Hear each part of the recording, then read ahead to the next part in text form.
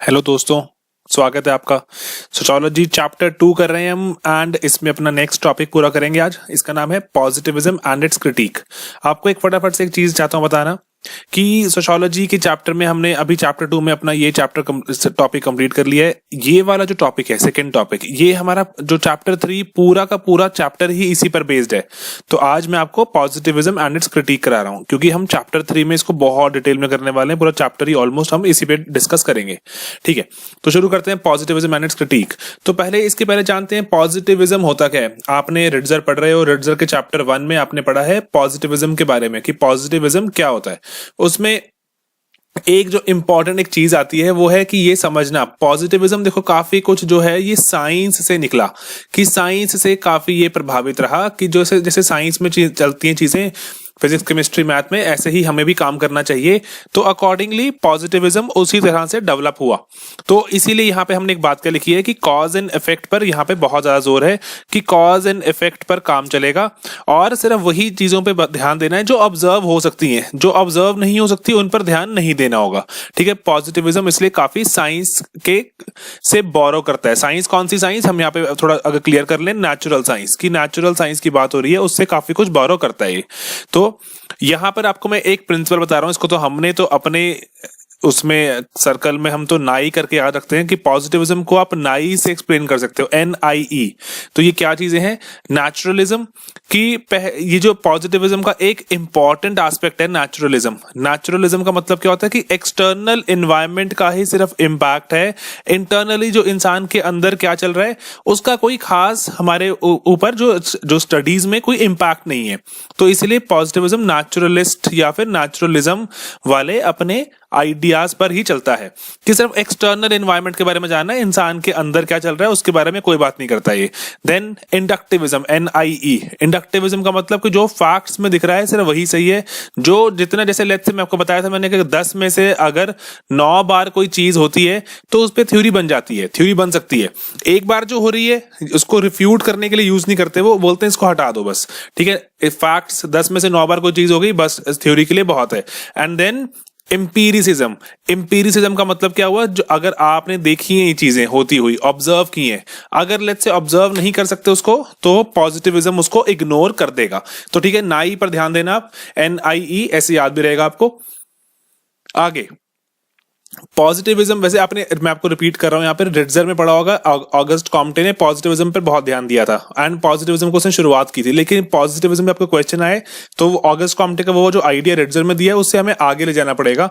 तो ये NIE आपको बताना पड़ेगा कि नेचुरल साइंसेस से काफी कुछ बोरो किया हुआ है। अच्छा, अब यहां पर पॉजिटिविज्म का पर किसका इंपैक्ट बहुत ज्यादा है, एनलाइटनमेंट आइडियोलॉजीज का, कि जो एनलाइटनमेंट इसके वक्त जो चली जिससे साइंस में बहुत बदलाव आया। ठीक है जी, जो इटली में चला था बहुत कुछ, एनलाइटनमेंट में बात की थी पहले। तो सेंट साइमन जैसे, हम बस ये टर्म्स बोल बोलकर हम बताना चाहेंगे एग्जामिनर को कि देखो पॉजिटिविज्म का किस तरह से इंपैक्ट रहा लोगों पर। कि सेंट साइमन ने वर्ड यूज किया सोशल फिजिक्स, कि सोशल फिजिक्स बोलता है वो सोशियोलॉजी को, एंड ऑर्गेनिक एनालॉजी की बात करता है।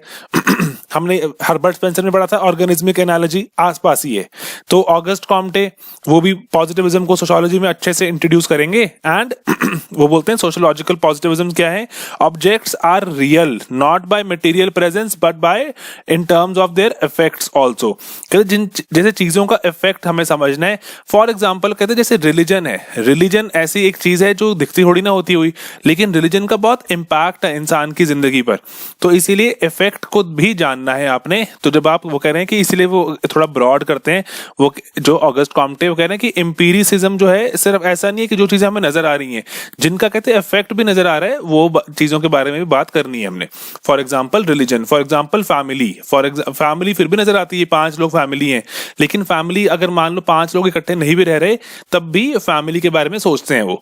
तो इसीलिए वो बोलता है कि सोशल चीजों में अगर सोशियोलॉजी पढ़ोगे वहां पे एम्पीरिसिज्म को थोड़ा सा मोल्ड करना पड़ेगा पॉजिटिविस्टिक स्टाइल के लिए। ओके, आगे तो सोशियोलॉजी को कैसे स्टडी करना है हमने, तो कह रहे सोशियोलॉजी में हमने क्या क्या बोरो किया पॉजिटिविज्म से। रिडक्शनल एनालिसिस, ये वर्ड याद रखो, हम आगे डरखाइम में पढ़ेंगे। कॉजल एनालिसिस, कॉजल मतलब हुई है कॉज एंड इफेक्ट वाला। कंपैरेटिव एनालिसिस, कि एक जगह को दूसरी जगह से कंपेयर करना, एक टाइम पीरियड को दूसरे टाइम पीरियड से कंपेयर करना, जो भी कंपैरेटिव एनालिसिस। एंड जनरलाइज करना, कि साइंस भी तो ये करती है, नेचुरल साइंस की थ्योरीज बनाती है, जनरलाइज करने की ट्राई करती है कि अगर लेट्स से ये अर्थ पे वैलिड है तो ये शायद सेम चीज मून पे वैलिड होगी, जुपिटर वैलिड होगी। सेम सी चीज जनरलाइज करने की टेंडेंसी है सोशियोलॉजी में भी, बिकॉज किसका इंपैक्ट है वो पॉजिटिविज्म का। जो आपने कल जो एक पढ़ी थी ना चीज, याद होगा साइंस, टोकी, टोकी याद है आपको? टोकी याद है तो प्लीज कमेंट्स में बताओ मुझे।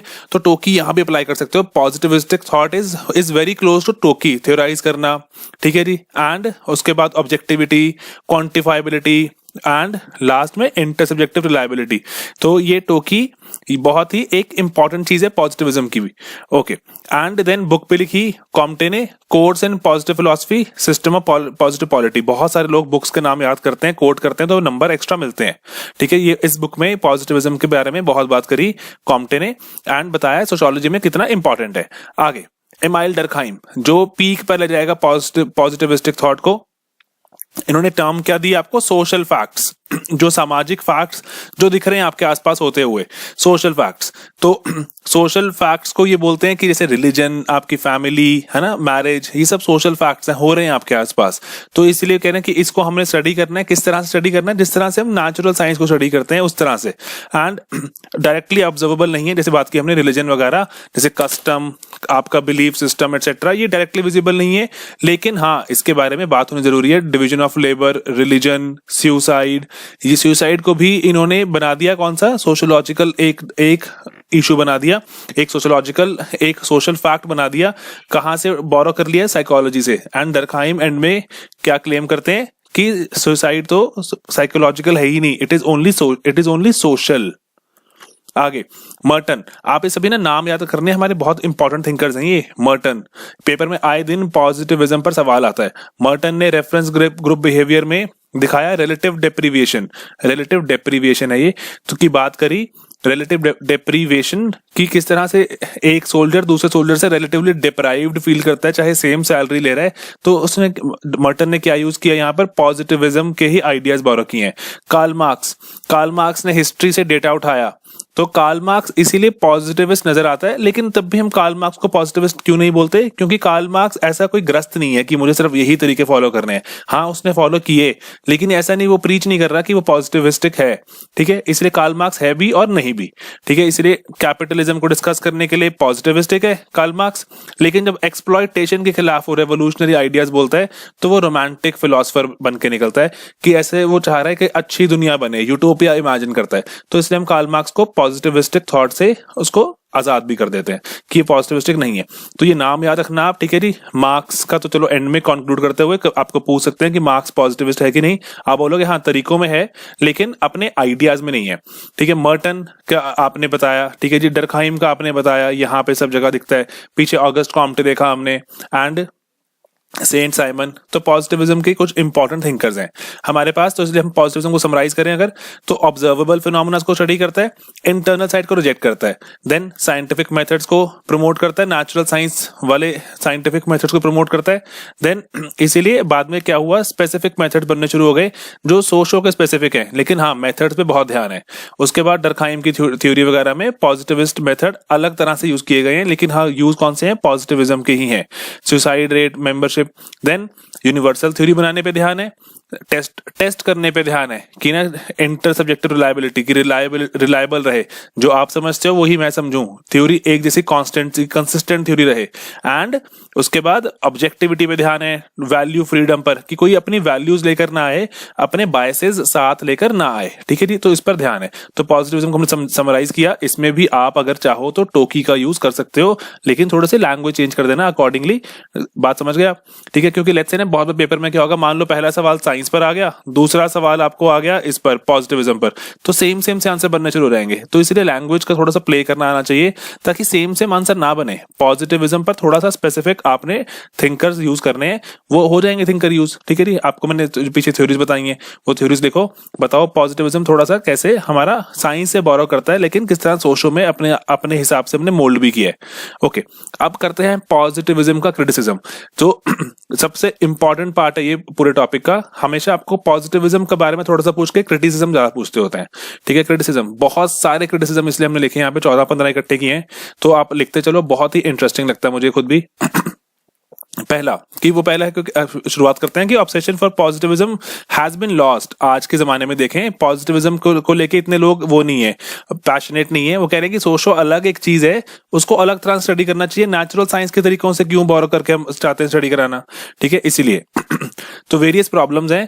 पहला, इंटरप्रेटेटिव स्कूल, वेबर, डिल्थी वगैरह आए, उन्होंने बोला कि इंटरनल साइड को इंटरप्रेट करना जरूरी है, ठीक है। ह्यूमन बिहेवियर अलग चीज है, नेचुरल साइंस अलग चीज है, तो क्यों बोरो कर रहे हो इतना।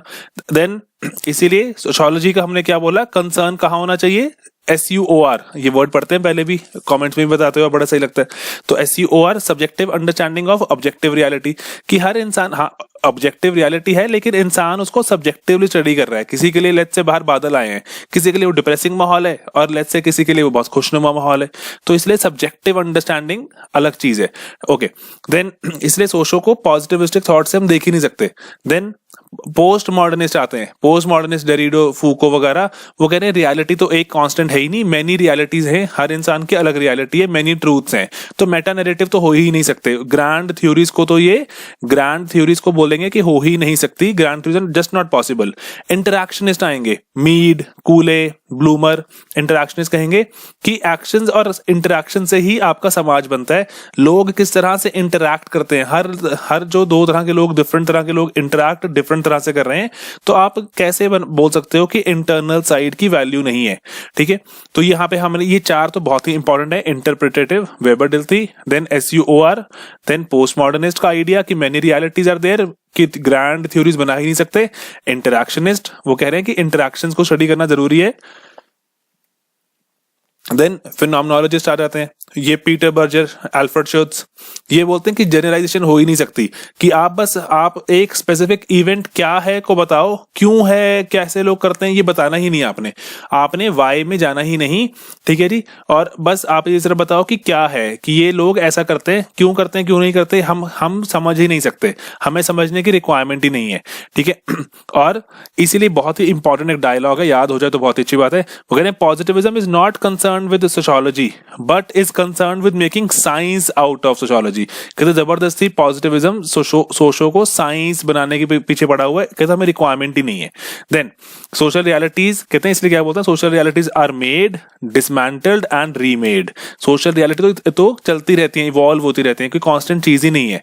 देन आगे एथनो मेथोडोलॉजिस्ट आ जाते हैं, जिसमें हैरल्ड गारफिंकल है, वो कह रहे हैं रियलिटी को हमें लोगों के पर्सपेक्टिव से समझना चाहिए, ना कि रिसर्चर के पर्सपेक्टिव से। रिसर्चर सोच रहा है कि वो क्या सोच रहे होंगे आगे। जैसे आप देखते हो बहुत सारे केसेस में ऐसा होता है, मान लो नर्मदा बचाओ आंदोलन चल रहा था, वहां पे अखबार में आर्टिकल आया था बहुत अच्छा, तो उसमें बोलते हैं कि जो पर्टिकुलर वहां पे जो एक्टिविस्ट पहुंचे हुए हैं, वो लोगों को गाइड कर रहे हैं कि आप ऐसा करो, सरकार के खिलाफ ये करो। कहते लोगों को प्रॉब्लम है या नहीं है, कहते ये पूछते ही नहीं उससे। आपने मूवी देखी होगी न्यूटन में, वहां पे देखा आपने कि एक वहां पे जो न्यूटन बंदा था वो पहुंच जाता है, और वहां पे जो सिक्योरिटी फोर्सेस वाले भी हैं, दोनों लगे हुए अपने अपने तरह से लोगों को समझाने कि आपको सिक्योरिटी प्रॉब्लम है, वो कह रहे नहीं आपको डेमोक्रेसी की प्रॉब्लम है, तो वो लोग कह रहे हैं हम हो कह रहे भाई हमसे तो पूछ लो, ठीक है। इसलिए एथनो मेथोडोलॉजिस्ट क्या बोलते हैं कि लोगों के पर्सपेक्टिव से समझना जरूरी है, ना कि रिसर्चर के पर्सपेक्टिव से, कि रिसर्चर को क्या लग रहा है कि क्या होना चाहिए। एंड देन पॉजिटिविस्ट कहते खुद भी डिवाइडेड है इंडक्टिविज्म और डिडक्टिविज्म में, एक खुद भी कहते वो थ्योरी नहीं बना, खुद ही एक आइडिया कैरी नहीं कर सकते, तो हमें क्यों बोल रहे हैं। एंड देन पॉल फेयरबेंड हमने पहले भी पढ़ा था। पॉल फेयरबेंड कह रहे हैं कि एंटी मेथोडोलॉजी, हमने पढ़ा था ना एपिस्टेमोलॉजिकल एनार्किज्म, वो कह रहे हैं कि साइंस ने एनार्की फैला दी है, कि जो भी साइंटिफिक तरह से काम नहीं करेगा वो चीज पढ़ने के काबिल ही नहीं है, ठीक है। एल्विन गोल्डनर वो कह रहे हैं रिफ्लेक्सिव सोशियोलॉजी होती है, ये आप उसमें हर लंबस में पढ़ोगे डिटेल में, और कि इंडिविजुअल अपने एक्शंस पे खुद रिफ्लेक्ट करता है, इंडिविजुअल अपने एक्शन पे और उसको खुद ही इंप्रूव कर लेता है, तो रिफ्लेक्सिव होता है, बड़ा ही इंडिविजुअल रिफ्लेक्सिव होता है, कांस्टेंट तो है ही नहीं इंडिविजुअल। तो आप जैसे खुद देखो आपकी जो आप जैसे लेट्स से बचपन में जिस तरह के थे अभी नहीं हो, क्योंकि खुद के एक्शंस पे सोच सोच के आपने खुद को काफी इंप्रूव कर लिया है या चेंज कर लिया है। ओके, एंथनी गिडन्स वो स्ट्रक्चरेशन की थ्योरी देते हैं जब, तो वहां भी बोलते हैं कि डबल हार्मोनोइटिक्स है, ठीक है जी, कि हम पहले किसी को समझेंगे कि ऐसा क्यों कर रहा है, ठीक है, पहले हम देखेंगे कि वो क्या कर रहा है व्हाट, एंड देन व्हाट को हम समझेंगे ऐसा क्यों कर रहा है, ठीक है जी। तो डबल हार्मोनोइटिक्स होते हैं, तो 2 बार आपको समझना पड़ता है। तो एक बार तो समझ के पॉजिटिविस्टिक थॉट पूरा है ही नहीं। मर्टन वो कह रहे हैं कि यूनिवर्सल थ्योरीज को बनाना बंद करो, ठीक है जी। वो पार्सन्स के क्रिटिसिज्म में लिखते हैं कि इतनी खतरनाक यूनिवर्सल थ्योरीज बना रहा है पार्सन्स, तो ये बनाना बंद करो, थोड़ी मिडिल रेंज थ्योरीज बनाओ, एमआरटीज बनाओ, मिडिल रेंज थ्योरीज बनाओ, जो कि ऐसा, जैसे मान लो कि मैंने थ्योरी बनाई कि एशियंस ऐसा काम करते हैं, वो कह रहा है एशियंस के बारे में ना बोलो, थोड़ा मिडिल रेंज पे आओ। कहता ना तो कहता पूरी दुनिया के बारे में बात करो कि दुनिया में ह्यूमंस ऐसा काम करते हैं, वो कह रहा ना ही आप ऐसा बोलो कि इंडियंस ऐसा काम करते हैं लेट्स से, तो कह रहा एशियन के बारे में बनाओ कि ठीक है एशियंस ऐसा बिहेव करते हैं। लेकिन अगेन मर्टन का क्रिटिसिज्म खुद भी है कि मिडिल रेंज फिनोमेना क्या होगा कह ही नहीं सकते। किसी के लिए हो सकता है कि एशिया पे किसी ने थ्योरी बनाई हो, वो बोले कि आप लेट्स से मैं पंजाबीज पे चाहता हूँ थ्योरी बनाना, ओके, ना ही कहते एशिया पे बनाओ दैट इज टू ब्रॉड, ना ही बनाओ पंजाबी पे that is too specific, Indians पे बना दो, ठीक है जी, उसके लिए मिडिल रेंज वो हो जाएगा। लेट्स से किसी ने इंडिया पे थ्योरी बनाई, और लेट्स से किसी ने थ्योरी बनाई let's say how people in Amritsar behave, ठीक है, वो कह रहे Indian is too broad, Amritsar is too specific, आप पंजाबी पे बना दो। तो मिडिल रेंज कितना वेरी करता है आप देख रहे हो, मिडिल रेंज कुछ भी हो सकता है। तो मर्टन की खुद की क्रिटिसिज्म है, लेकिन चलो फॉर द टाइम बिंग हम मान लेते हैं मर्टन ने यूनिवर्सल थ्योरीज के खिलाफ मोर्चा खोला, बोला कि मिडिल रेंज थ्योरी बनानी चाहिए, एंड कहीं इन बिटवीन, बहुत जनरल भी ना हो और बहुत स्पेसिफिक भी ना हो, middle range. And then Gunnar Myrdal वो बोलते हैं कि ऑब्जेक्टिविटी तो डिजायरेबल ही नहीं है, क्योंकि जब तक हम कुछ रिफॉर्म ही इंट्रोड्यूस नहीं करेंगे, बोलेंगे अच्छा लेट्स से ये है अपर कास्ट, ये है लोअर कास्ट, अच्छा ऐसे बिहेव करते हैं, वो कह रहे हैं अगर ऐसा ही छोड़ देंगे तो रिफॉर्म कैसे होगा। पॉजिटिविस्ट तो ऐसे छोड़ देगा भाई ये ऐसे upper caste lower caste behave करती है, रिफॉर्म लेके आना पड़ेगा, तो हमें ऑब्जेक्टिविटी का लॉस होगा। मैं अगर लेट्स से मैं बोलूंगा कि अपर कास्ट लेट्स से ठीक से काम नहीं कर रही, लोअर कास्ट को काफी एक्सप्लॉइट करती है, तो मैं कुछ अपना व्यू पॉइंट लेकर आ रहा हूं, I am giving my view point upper caste पर, कि अपर कास्ट को थोड़ा रिफॉर्म करना चाहिए, लोअर कास्ट को भी लेट्स से थोड़े मौके मिलने चाहिए। तो मैं क्या कह रहा हूं, मैं I am not studying it objectively, I am bringing my subjectivity into it, okay, ठीक है। एंड देन इनटेस्टेबिलिटी, बहुत सारी थ्योरीज टेस्ट ही नहीं हो सकती, जैसे पार्सन्स की थ्योरीज है, इतनी ग्रैंड है, इतनी जनरलाइज्ड है। देन जर्गन हेबरमास तो बिल्कुल ऐसे final nail in the coffin, वो कह रहे हैं कि सिंस ह्यूमंस स्टडी ह्यूमंस, क्योंकि इंसान ही इंसान को पढ़ता है, तो कैसे हम बोल सकते हैं कि ये चीज कंप्लीटली ऑब्जेक्टिव है। तो सब्जेक्टिविटी आएगी ही आएगी, ह्यूमंस जब ह्यूमंस को पढ़ेंगे सब्जेक्टिविटी आनी ही आनी है, तो क्यों आप पीछे पड़े हो ऑब्जेक्टिविटी के।